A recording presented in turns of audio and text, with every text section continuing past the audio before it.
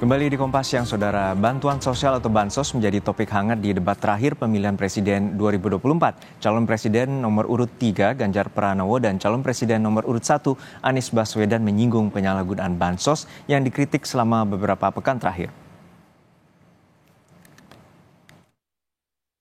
Bantuan sosial jadi bahan kritik yang hangat dibicarakan dalam beberapa pekan terakhir. Tak terkecuali di debat pamungkas antar 3 calon presiden Ahad 4 Februari malam. Seperti saling umpan, Anies Baswedan, Capres nomor urut 1, dan Ganjar Pranowo, Capres nomor urut 3, membahas bansos yang cenderung disalahgunakan untuk kepentingan kampanye kontestan Pilpres nomor urut 2, Prabowo Subianto, Gibran Rakabuming Raka. Menurut Pak Anies kira-kira, bagaimana tata kelola bansos agar 1, tidak saling klaim, 2, bisa tepat sasaran, 3, tidak menimbulkan kecemburuan-kecemburuan, sehingga inilah satu harapan yang betul-betul bisa diterima oleh rakyat. Pertama, kita harus menyadari bahwa yang disebut sebagai bansos adalah bantuan untuk si penerima, bukan bantuan untuk si pemberi. Karenanya, dia diberikan sesuai dengan kebutuhan si penerima. Kalau penerimanya membutuhkan bulan ini, ya diberi bulan ini. Kalau dibutuhkannya 3 bulan lagi, ya 3 bulan lagi. Tidak usah dirapel semuanya. Okay? Dijadikan sebagai sesuai kebutuhan. Yang nomor 1, yang itulah yang disebut sebagai bansos tanpa pamrih.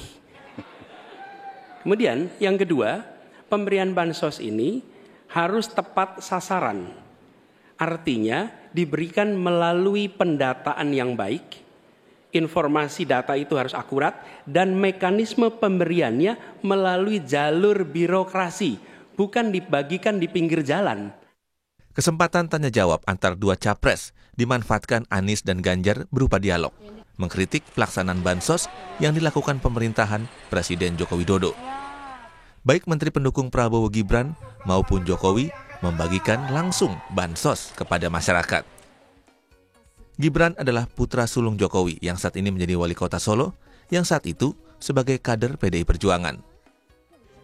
Bansos adalah hal yang dikritik Megawati Soekarno Putri, Ketua Umum PDI Perjuangan, tempat Jokowi juga bernaung menjadi kader dan berkarir politik.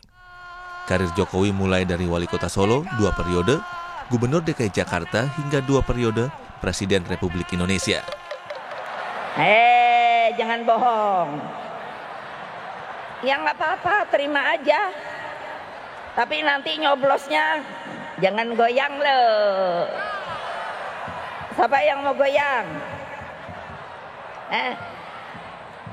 Ayo, siapa yang mau goyang? Lo orang bansos tuh ya uangnya rakyat Jangan lupa lo.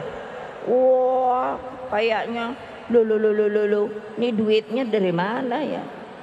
Kan gitu loh.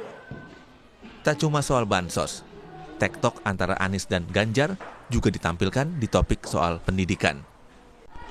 Bahkan ada yang kesulitan membayar UKT sampai harus malah dianjurkan untuk menyelesaikan lewat pinjol. Nah, bagaimana pendapat dan pandangan Pak Ganjar melihat problem pendidikan tinggi di Indonesia ini? Yang pertama, hentikan liberalisasi pendidikan. Hentikan hari ini. Berikanlah kepada para mahasiswa kita proporsi yang benar. Kenapa Ganjar Mahfud punya program 1 keluarga miskin, 1 sarjana, agar mereka tidak direpotkan pada persoalan ini.